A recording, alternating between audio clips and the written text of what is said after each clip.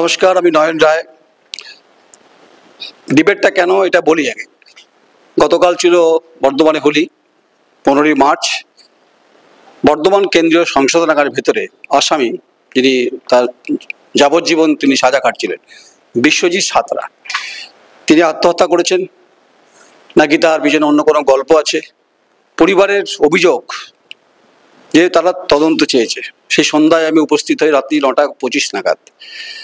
পরিবারের কান্না শুনছিলাম, পরিবার অভিযোগ করছিল এটা রাজনৈতিক ঘটনা। বিশ্বজিৎ সাঁতরা যেমন বর্ধমানে তিনি সাজা কাটছেন, তার 7 বছর হয়ে গেছে, আর তার বাবা তিনি চুঁচুড়া কোর্টে, চুঁচুড়ার সংশোধনাগারে তিনি সেখানে সাজা কাটছেন। এই গোটা ঘটনায় কার্যত নাড়িয়ে দিয়েছে সমাজ জীবনকে। আমরা শুরুই করব, রাজনৈতিকভাবে প্রত্যেকের মত রয়েছে। কংগ্রেস রয়েছে, বিজেপি রয়েছে এবং সিপিআইএম রয়েছে। সিপিআইএমের সিটুর নেতা, বর্ধমান জেলা কমিটির মেম্বার দীপঙ্কর দে, আপনাকে স্বাগত অভিনন্দন। শান্তরূপ দে, বিজেপি যুব মোর্চার পূর্ব বর্ধমান জেলার নেতা, আপনাকে স্বাগত অভিনন্দন। আর মোহাম্মদ মুরাস আলী ফরহান, যিনি প্রদেশ যুব কংগ্রেস সম্পাদক প্লাস বীরভূম ইনচার্জ। আমি আপনাকে দিয়ে শুরু করতে চাইছি।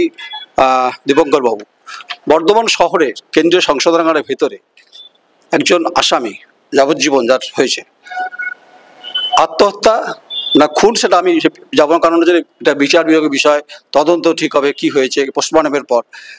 সংশোধনাগারের ভেতরে অপরাধী তার সাজা কাটার সময় বা কাটার পর তার জীবনটা স্বচ্ছন্দে ফেরে সামাজিকভাবে সে ফিরতে চায়, কিন্তু এই ঘটনা ঘটার পরে তার পরিবার কার্যত অভিযোগ করেছে যে ল্যাক অফ অ্যাডমিনিস্ট্রেশন ছিল এবং সেখানে ঘটনা ঘটেছে। আদৌ সিসিটিভি ফুটেজ ছিল কিনা এই নিয়ে কিন্তু তোলপাড় বঙ্গ রাজনীতি, বর্তমানে তাই। আপনি কি বলবেন যে কেন্দ্রীয় সংশোধনাগারের ভেতরে ঘটনা ঘটলো, নিশ্চয়ই প্রথম ঘটনি বর্তমানে? দেখুন, আপনি বললেন এবং আপনার কালকে রাতের যে কভারেজ আপনার পোর্টালে, সেখানেও দেখছিলাম, মানে ওই যে বিশ্বজিৎ সাঁতরা যার কথা আপনারা বলছিলেন, ওনার পরিবারে 2জন মহিলা ছিল এবং সম্ভবত একজন পিসি হন, আর একজন ভদ্র মহিলা ছিলেন। ওনারা অভিযোগ করছে যে থ্রেট করা হচ্ছিল, হুমকি দেওয়া হচ্ছিল, ঝুলিয়ে দেওয়া হবে বলছিল। তারপর এই পরিণতি, মানে ওনারা আগে থাকতেই অনুমান করছিলেন এরকম আসছিল। এবং ভেতরে মানে বন্দি দশায় একজন যাবজ্জীবন কারাদণ্ডে দণ্ডিত, সেই সব প্রশ্ন, কেন বিচার, কি কারণে, কি অপরাধ, কোন ধারা, আমি সেদিকে যাচ্ছি না। কিন্তু একটা সংশোধনাগারের মধ্যে, জেলের মধ্যে একটা কাস্টাডিয়ান, যার সর্বোচ্চ আধিকারিক, যাকে আমরা জেল সুপারিনটেন্ডেন্ট বলি, তার কি কোনো স্টেটমেন্ট আছে এখনো পর্যন্ত? মানে আপনাদের কভারেজে আমার চোখে পড়েনি এবং আজকেও মেইন স্ট্রিম মিডিয়ার কোথাও আমি এখনো দেখতে পাইনি যে জেলা পুলিশ সুপার কি বলছে। তাহলে জেলের সুপারিনটেন্ডেন্ট কোনো কথা বলছে না, জেলার পুলিশ সুপার কোনো কথা বলছে না, আর কারামন্ত্রীকে তো ছেড়ে দিন। মানে মমতার সরকারের কে কখন কোন মন্ত্রী আছে মমতা ব্যানার্জিও জানে না, ফলে আমি সেদিকে আমি নিজেও জানি না কে এখন কারামন্ত্রী আছে। কোয়েশ্চেনটা হচ্ছে সিকিউরিটির। একজন আসামি, সে যে অপরাধেই দণ্ডিত হোক না কেন, যখন সে জেলের মধ্যে থাকে তার সিকিউরিটি দেওয়া এবং জেলের মধ্যে ম্যানেজমেন্টের ব্যবস্থা, মানে শৃঙ্খলা, এই গোটাটা রক্ষণাবেক্ষণ দায়িত্বে থাকেন যিনি জেলের সুপারিনটেন্ডেন্ট। তিনি কেন এখন মুখ ঢাকছেন? এখনো পর্যন্ত যেহেতু কোনো স্টেটমেন্ট পাওয়া যায়নি, ফলে আমরা আশঙ্কিত যে কোথায় গিয়ে নিরাপত্তার অভাব থাকলে এই ধরনের ঘটনা ঘটতে পারে। এর আগেও আমরা তো দেখেছি, এর আগে আমরা অনেক ঘটনায় দেখেছি যে কখনো কখনো চক্রান্ত করে সরিয়ে দেওয়া হয়েছে, মানে তাকে সরিয়ে না দিলে অনেকগুলো মাথা সামনে চলে আসবে। সে অনেক করছেন যে জেল সুপারিনটেন্ডেন্ট ফুললি অ্যাকাউন্টেবিলিটি প্রশাসনিকভাবে। এটা তো জেলের রুলস বলছে। জেলের রুলস যদি আপনি দেখেন, যার কাস্টাডিয়ানে রয়েছে, মানে জেলের পুলিশ সুপার যিনি হন, জেল সুপারিনটেন্ডেন্ট, তার দায়িত্বের মধ্যে পড়ে এবং এই দায়িত্ব তিনি অস্বীকার করতে পারে না। আজকে পোস্টমর্টম হবে, তারপর জানা যাবে সব ঠিক আছে, কিন্তু এই আশঙ্কা কেন পরিবার করছে? এবং পুলিশ সুপার কেন ওই বলছে দুপুরবেলা ঘটনা ঘটেছে 2টোর সময়, 8টা পর্যন্ত কোনো খবর দেয়নি? তারপর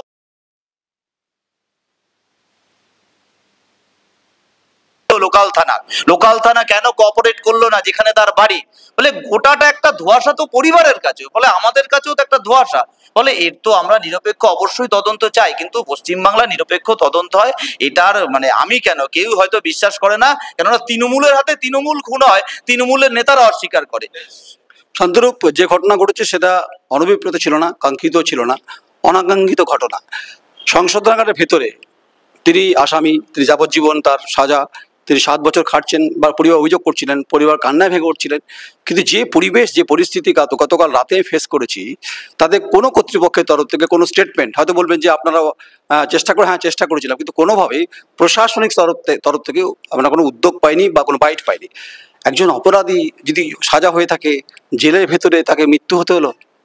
দেখো নয়নদা, তুমি যদি খুব ভালো, আমি তার থেকে বিয়ন্ডটা টপিক, আমি এই টপিকের উপরে একটু বলছি। সেটা হচ্ছে যে যদি একটু ভালো করে লক্ষ্য করে দেখো, এই বর্তমান রাজ্য সরকারের আমলে যারা সরকারি ঘনিষ্ঠ, যারা দোষারোপ হয়েছে বা এরকম আন্ডার সেকশনে আছে, তারা কিন্তু সবসময় প্রেফার করে যে কিভাবে আমাদের পশ্চিমবঙ্গের জেলগুলো থাকা যায়। পশ্চিমবঙ্গের রাজ্যটার মতো না, পশ্চিমবঙ্গের জেলেও যেন একটা একনায়ক তন্ত্র চলে আসছে এবং সেখানেও রাজনীতি চলে এবং সেখানেও দুর্নীতি চলে, যার ফলে জেল সুপারিনটেন্ডেন্ট থেকে শুরু করে যা মানে ওয়েস্ট বেঙ্গলের এডিজি তথা ডিজি এই করাপশন সেলের, তার কোনো বিবৃতি নেই, ইনক্লুডিং যে প্রিন্সিপাল সেক্রেটারি, তারও কোনো বিবৃতি পাচ্ছ না।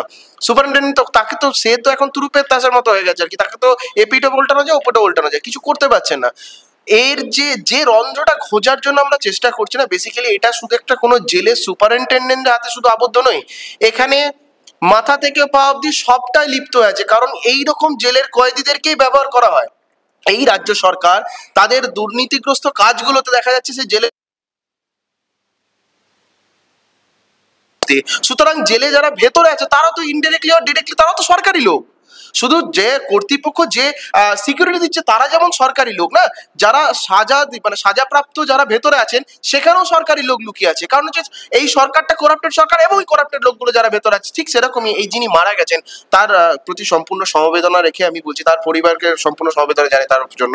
কিন্তু একটা কথা কি, সে যখন তোমার ইয়েতে দেখেছি তারা আশঙ্কা করেছিল প্রিভিয়াসলি, কেন তার এগেনস্টে কোনো স্টেপ না নেয়? এমনকি লতে একটা ল অফ ডটসে একটা কথা বলা জানতো নয়নদা, যে যখন সে সাজাপ্রাপ্ত হয়ে গেছে, যখন সে সংশোধনাগারে যাচ্ছে, আমরা কিন্তু কোর্ট শুড বি কোর্টেড, যে সংশোধনাগার, এক্স্যাক্টলি সংশোধনাগার যখন বলছি, তার মানে সেখানটা কিন্তু সেকেন্ড হোম, যে যেখানে কমপ্লিট একটা আলাদা এনভায়রনমেন্ট পাবে। কিন্তু যেমন গোটা পশ্চিমবঙ্গের এনভায়রনমেন্টটা নষ্ট হয়ে গেছে, তার ভেতরটা তো এখন এমন সংশোধনাগারের ভেতরটাও নষ্ট করে দিচ্ছে। এবং তার মূলে যদি এখানে যদি পোস্টমর্টম, এই কেসটার পোস্টমর্টম করা হয় না, ডিরেক্টলি দেখা যাবে যে একটা সরকার কর্তৃপক্ষ যুক্ত আছেন, এটা একদম 100%। মোহাম্মদ মুরারসুলিন ফারহান সাহেব, আপনি প্রদেশ কংগ্রেস, যুব কংগ্রেসের সম্পাদক।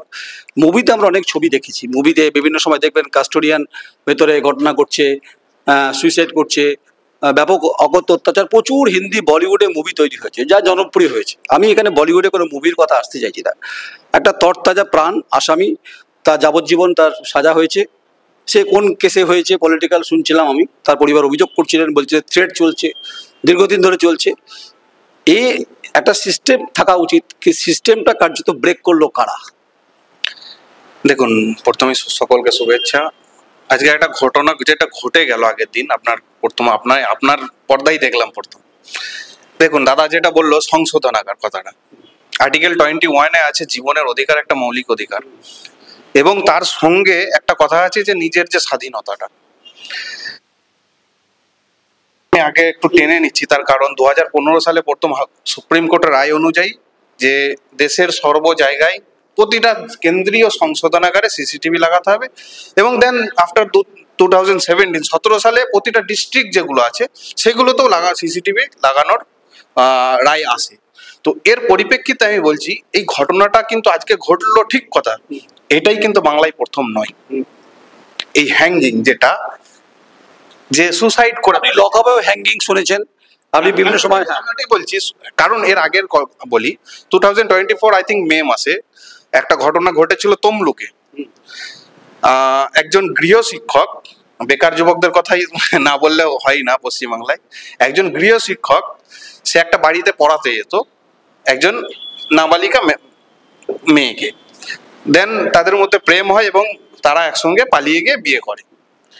অতঃপর যেহেতু নাবালিকা এবং অপহরণের কেস হয়, তাকে পুলিশ যখন তুলে নিয়ে আসে, তাকে প্রথম তমলুক জেলের মধ্যে রাখা হয়েছিল। তো 3 দিন রাখার পর হঠাৎ তাকে মেদিনীপুর যে সেন্ট্রাল জেল বা সেখানে তাকে 2004 কথা বলছেন, আমি আপনাকে 2025-এ আসি।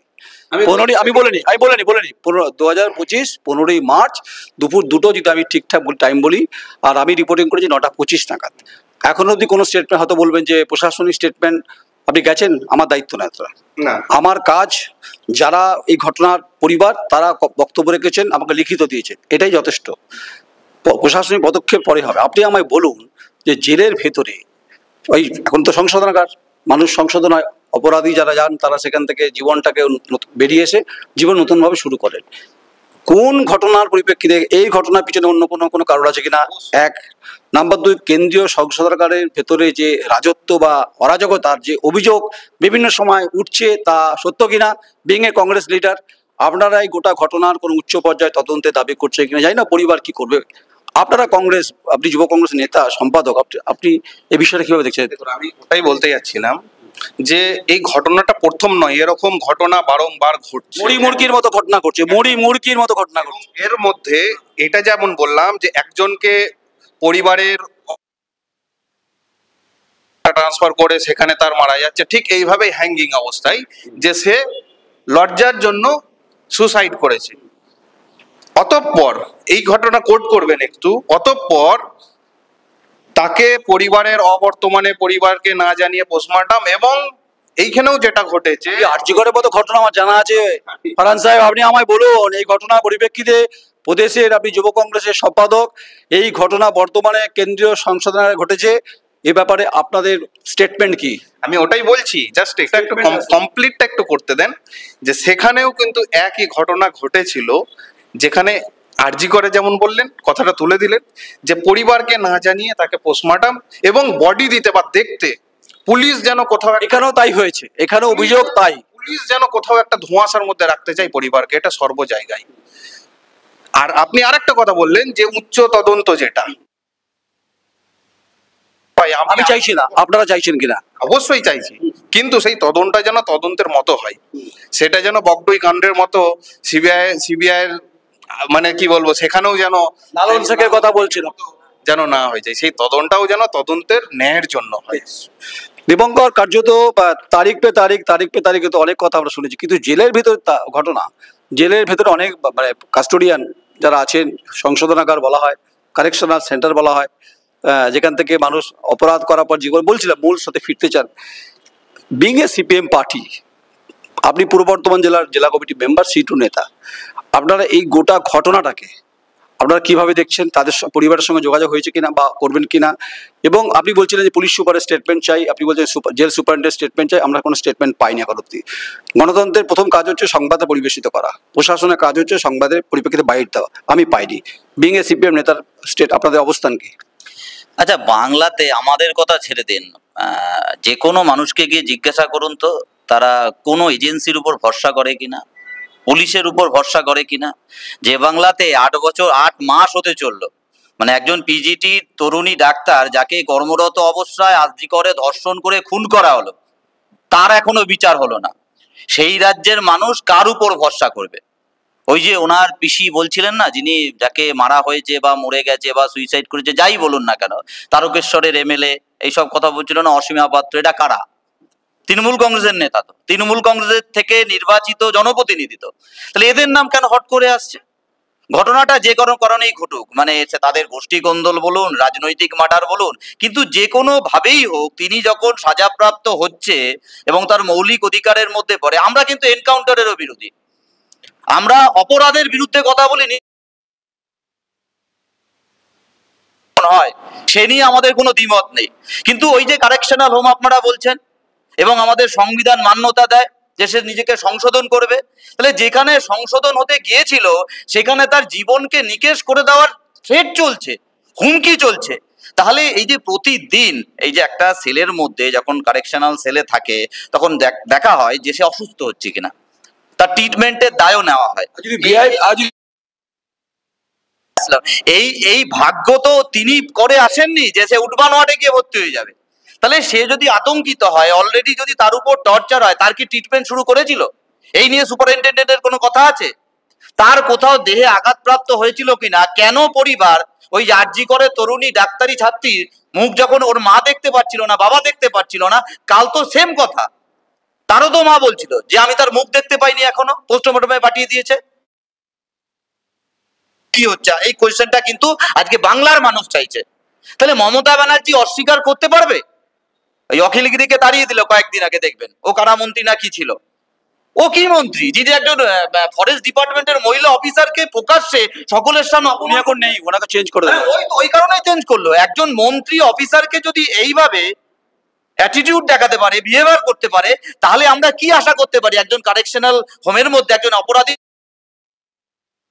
যদি দ্বারকেশ্বর থেকে কোনো নির্দেশ আসে, যদি ওই যে নামগুলো ভেসে আসছে যে একে সরিয়ে দিতে হবে, না হলে আমরা ধরা পড়ে যাব কোথাও, না হলে আমার নাম চলে আসবে, কোন মারামারিতে কবে কে মার্ডার হয়েছিল তার সাক্ষী ওর সাক্ষী, কোনো দিক থেকে ঘুরিয়ে পেঁচিয়ে কি সেই মাথাগুলো আসবে না? তো এই কোয়েশ্চেন, এই প্রশ্ন কিন্তু থাকছে, উত্তর কে দেবে?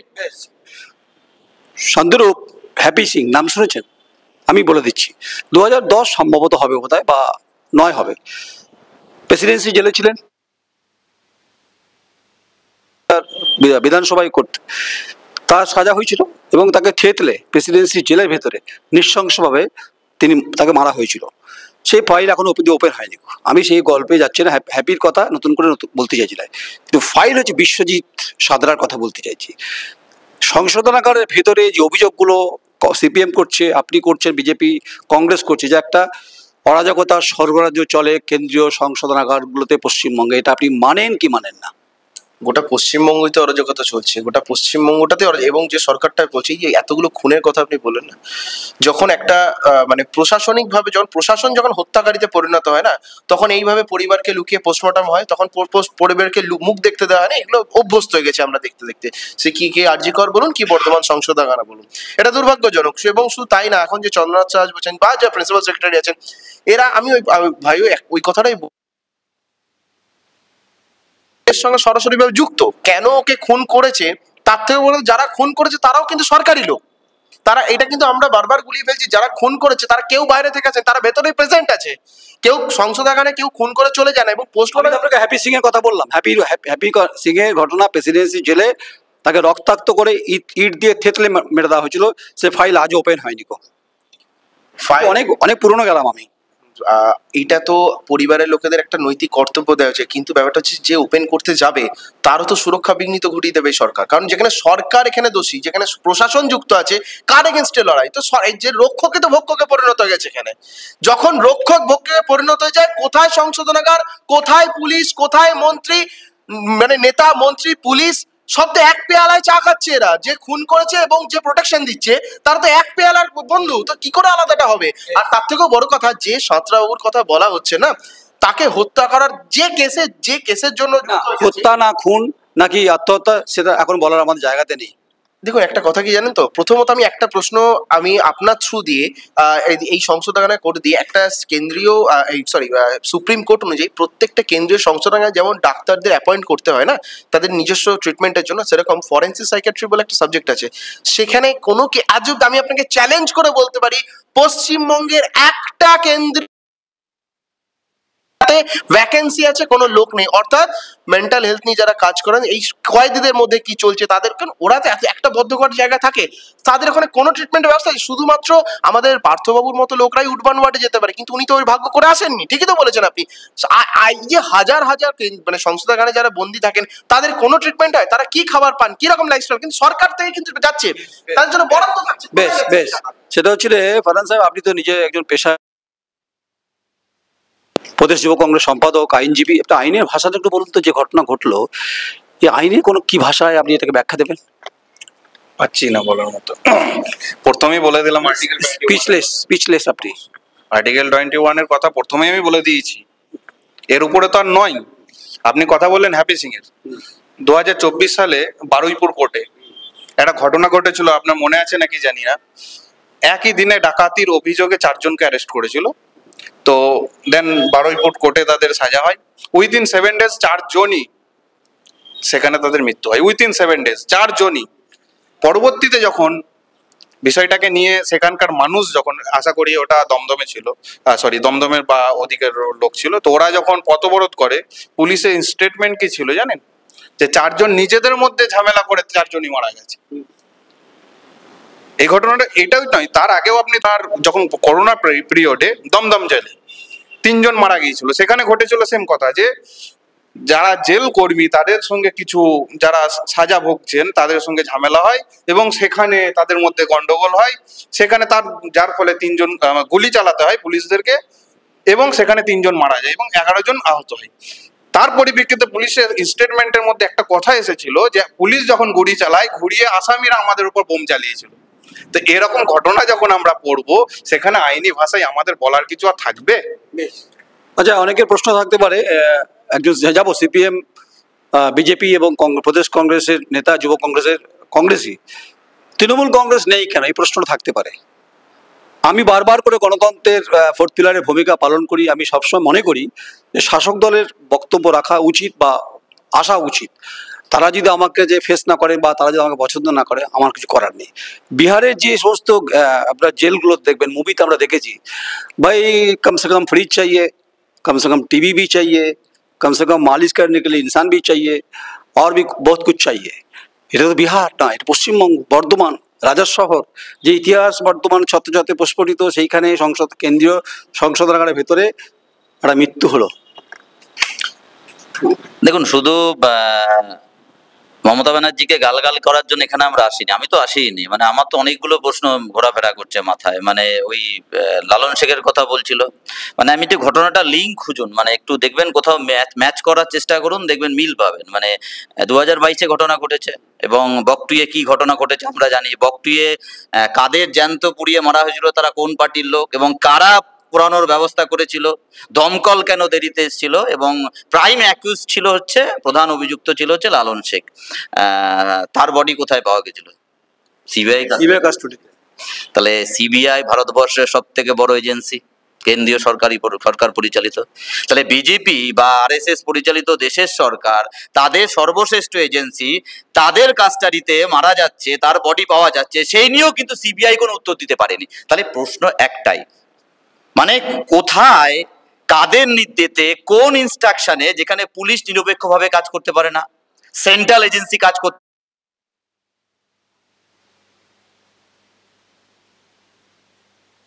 তাহলে গোটা সিস্টেম রাজ্য থেকে দিল্লি পর্যন্ত, কলকাতা থেকে নবান্ন থেকে একদম প্রধানমন্ত্রী দপ্তর পর্যন্ত একটা চেন আকারে চলছে এইটা, যেখানে মানুষ জানার অধিকারটা পর্যন্ত হারাচ্ছে। সাংবাদিকরা তারা পর্যন্ত কোথাও কোথাও দেখছি আক্রান্ত হচ্ছে ঘটনা করতে গেলে। আপনারা তো যান রাত্রি, আমি তো ঘটনা সাক্ষী।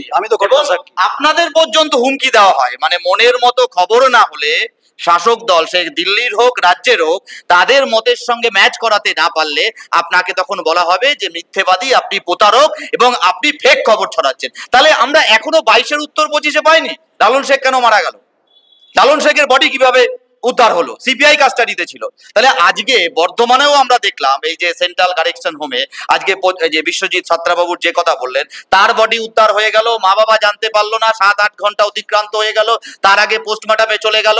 এবং আমরা উত্তরপ্রদেশেও এই ঘটনা দেখেছি, বিহারেও এই ঘটনা দেখেছি। আমরা বলছি রফাটা কোথায় হয়, একটা রফাতে কত কিছু দফা রফা হয়ে যায়, এটা এরা বুঝতে পারছে না।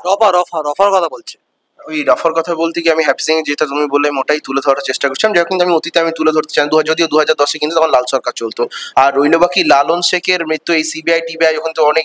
আরেকটা কথা বলি, ফর কাইন্ড ইনফরমেশন, আরএসএস কিন্তু দেশ চালায় না, দেশ সরকার চালায়, সরকারটা সবার। হ্যাঁ, আমরা বহুমত এবং জনসাধারণের সমর্থন নিয়ে দেশে বিজেপি সরকার রমরমিয়ে চলছে। আর রইল বাকি সিপিএম একটু অভিযোগ করলো না যে সিবিআই তো ইত্যাদি ইত্যাদি করেছে এই লালন শেখের মৃত্যু নিয়ে। বারবার অভিযোগ করে আসছিলাম যে সিবিআই এর উপর আমরা অসন্তুষ্ট, ভারতীয় জনতা পার্টি অসন্তুষ্ট, কারণ আমরা বারবার বলেছিলাম। এক মিনিট, আমি কিন্তু ক্রস করিনি, লেট মি কমপ্লিট, আমি ক্রস করিনি। হ্যাঁ, অবশ্যই আমরা নিজেরা প্রতিবাদ জানিয়েছি, এবং শুধু তাই না, যে লালন শেখের মৃত্যু করেছে, আমরা বারবার বলেছিলাম পশ্চিমবঙ্গে যদি মিলিয়ে এইরকম ভাবে হত্যা চলবে। শুধু তাই না, বিশ্বজিৎ সাঁতরা তাই না, বিশ্বজিৎ সাঁতরা বলছি, এই বিশ্বজিৎ ছাত্র থেকে শুরু করে লালন শেখ থেকে শুরু করে হ্যাপি সিং, প্রত্যেকটা মুহূর্তে যখন state government is a victim card play করে, স্টেট গভর্নমেন্ট যখন প্রশাসনই একজন খুনিতে পরিণত হয়ে যায়, সেক্ষেত্রে বোঝা যায় যে কেন্দ্রীয় সরকারই থাকুক আর মানে ইন্টারন্যাশনাল যে যেখানেই থাকুক না কেন,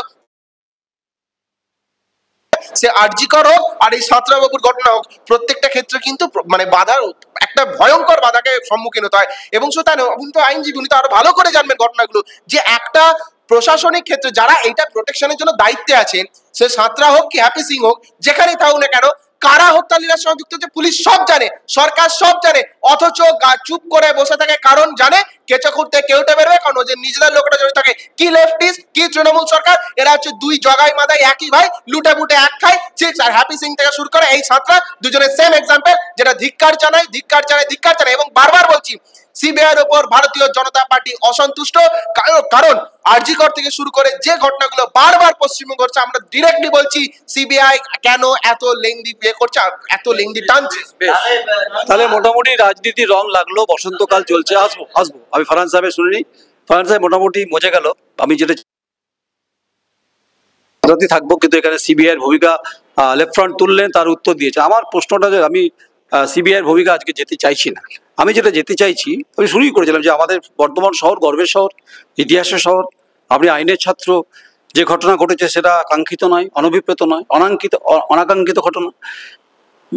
কারেকশনাল সেন্টারের মধ্যে মৃত্যু, এর কোনো ব্যাখ্যা নেই, সান্ত্বনা নেই, একটা প্রাণ চলে গেল, তার তো বিচার ব্যবস্থার মধ্য দিয়ে তার তো সাজা হয়েছে। তো এই ঘটনা হবে কেন? দেখুন, একটা প্রাণ চলে গেল বললেন তো, এরকম ঘটনা হয়তো পরিবারের একজন যাচ্ছে, কিন্তু এর ইফেক্টটা হয় সমাজে। যারা নেক্সট প্রজন্ম যারা ভাববে না, তারা কিন্তু এগুলো দেখে শিক্ষা নেবে। এই যে বলছেন প্রথমে আমাদের পুলিশের ওপর ভরসা নেই, তারপরে বলছেন সিবিআই এর ওপর ভরসা নেই, সিআইডি তো রাজ্য সরকার, তার উপরেও ভরসা নেই, তাহলে ভরসাটা কার উপরে করবো আমরা? কথাটা হচ্ছে এখানে। রাজনীতির কথা, আমরা রাজনীতি করছি অবশ্যই, অংশ মেসেজটা যেটা আজকে লালন শেখ তার কাস্টাডিতে মৃত্যু হলো, সিবিআই এর স্টেটমেন্ট কি হলো? স্টেটমেন্টটা কোথায়? আজকে আরজিকর হলো, তার পরিণতিটা কোথায়? আমরা জানি গোটা বিষয়টা। হ্যাঁ, পরিণতি আমার চাইছি একটা বিচার, রেজাল্ট চাইছে। আমি একটা কথা বলি, সুপ্রিম কোর্টের এই জেলের বিষয় নিয়ে যেটা আমি বললাম, আর্টিকেল 21-এ যখন ওই যেগুলো কি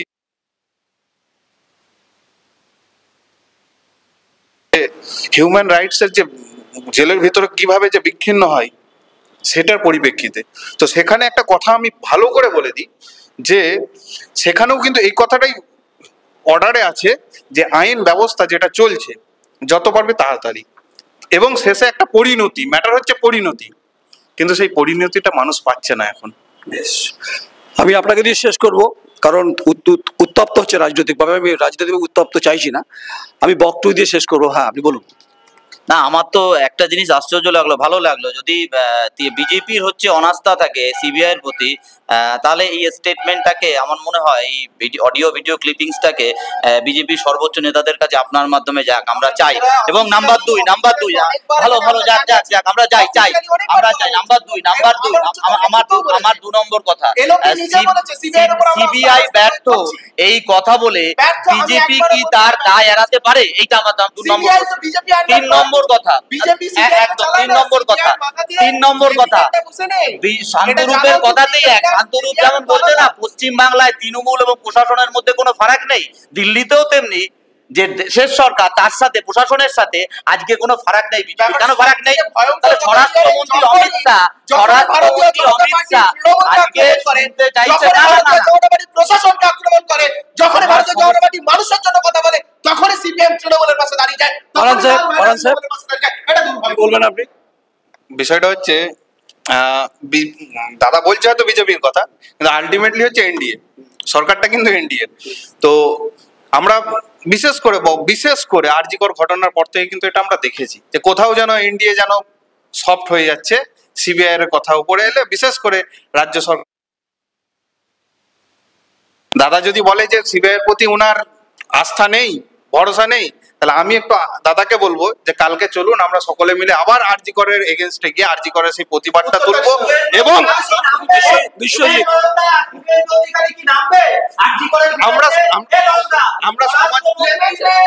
আমরা নারীর সুরক্ষার জন্য, মানুষের জন্য আমরা সবাই নামতে চাইছি একসঙ্গে। যদি নামতে চাই, হিন্দু মুসলমানের তাস খেলছে, আজকে রং খেলায় মসজিদকে পিতল দিয়ে ঢেকে রাখা হচ্ছে, আর এখানে মেলাবাজি করছে। শুনে রেখেছি আজকে সিবিআই যেমন প্রতাপাতি হয়ে গেছে বিজেপি নেতাদের হাতে, বাংলা এবং সিআইডি মমতা ব্যানার্জি খাঁচাতে আছে, এর মধ্যে করে আছে।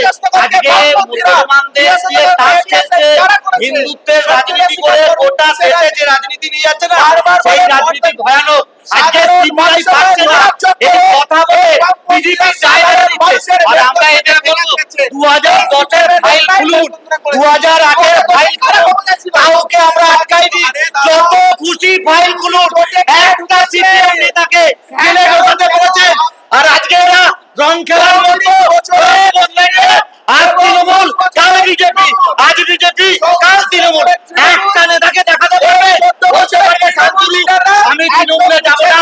জিজ্ঞাসা করে তৃণমূলে যাবে না তো, শুভেন্দু অধিকারী তৃণমূলে যাবে না তো, শুভেন্দু অধিকারী তৃণমূলে যাবে না তো। কারণ এবার বলুন সিপিএম যাবে না তো, ইন্ডিজোটে সিপিএম যাবে না তো, সত্যি কথা বলুন ইন্ডিজোটে কি করে? আমরা তো ইন্ডিয়া বলেনি, আমরা তো বলছি বিজেপি কে তাড়াবো, আরএসএস কে রুখবো, তাই ইন্ডিয়া প্ল্যাটফর্ম তৈরি করেছে। আছি তো আপনাদের মতো আমি চাই না যে কোর্টের মতো এখানটাও ডিলে হোক, কারণ আমার কথা হচ্ছে ন্যায়, জাস্টিস। দাদা যদি চাই বিজেপি বা সিবিআই এর এগেনস্টে বলে থাকে, আমি আবারও একবার প্রস্তাব দেবো, আসুন আমরা বলি সিবিআই এখানে একদম নেগেটিভ বা সিবিআই এখানে পরিপূর্ণ ব্যর্থ। দাদা বলুক, পথে নামবে।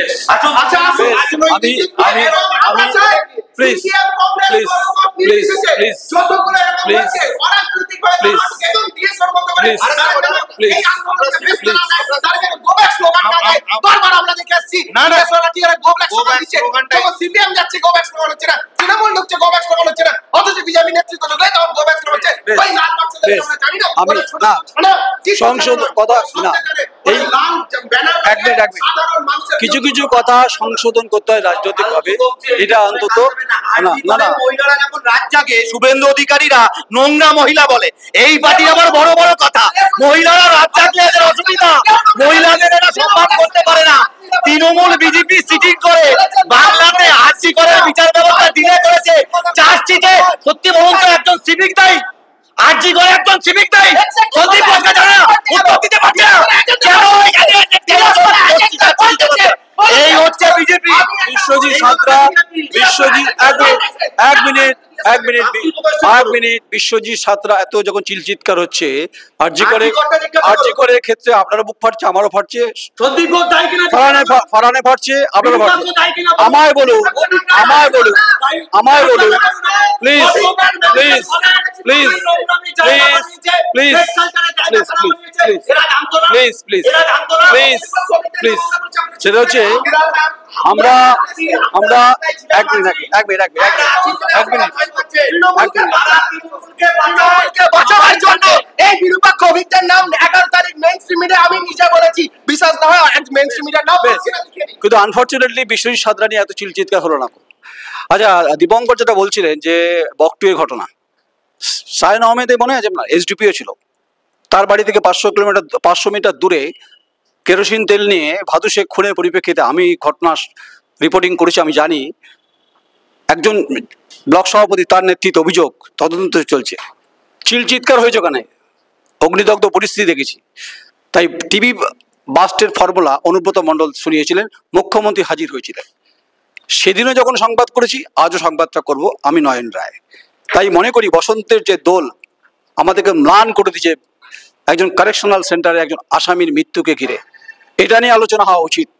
আরজিকর ঘটনা আমাদের নাড়িয়েছে, মর্মস্পর্শী করেছে, বেদনাহত করেছে, আমাদের অশ্রু এনে দিয়েছে। কিন্তু বিশ্বজিৎ সাঁতরার ঘটনা অত্যন্ত দুর্ভাগ্যজনক, মর্মান্তিক বলে আমি মনে করি। আপনার সঙ্গে থাকুন। আমরা মনে করি যেখানে যেখানে যা ঘটনা ঘটবে আমরা প্রতিবাদ করব না, আমরা সাংবাদিকতার যে গঠনতন্ত্র, যে প্রণালী আছে, যা চেষ্টা করি সেটাই আমরা করার চেষ্টা করব। নমস্কার, আমি নয়ন রায়। দীপঙ্কর দে, আপনাকে স্বাগত অভিনন্দন। অত্যন্ত টেম্পারেচার হাই ছিল। শান্তরূপ দে, বিজেপি যুব মোর্চার নেতা, আপনাকে স্বাগত অভিনন্দন। মোহাম্মদ মুরাসিল ফারহান সাহেব, কংগ্রেস যুব কংগ্রেস সম্পাদক, আপনাকে স্বাগত অভিনন্দন। এই স্বাগত অভিনন্দন থাকাই দরকার আছে, কিন্তু একটা প্রাণ ঝরে গেছে। হু ইজ দ্য রেসপন্সিবল, এই প্রশ্নের উত্তর নয়ন রায় দ্য কোয়েরি খুঁজছে। আমার চিত্র সাংবাদিক সবিত দফাদার, ঐন্দিরা ব্যানার্জি। নমস্কার।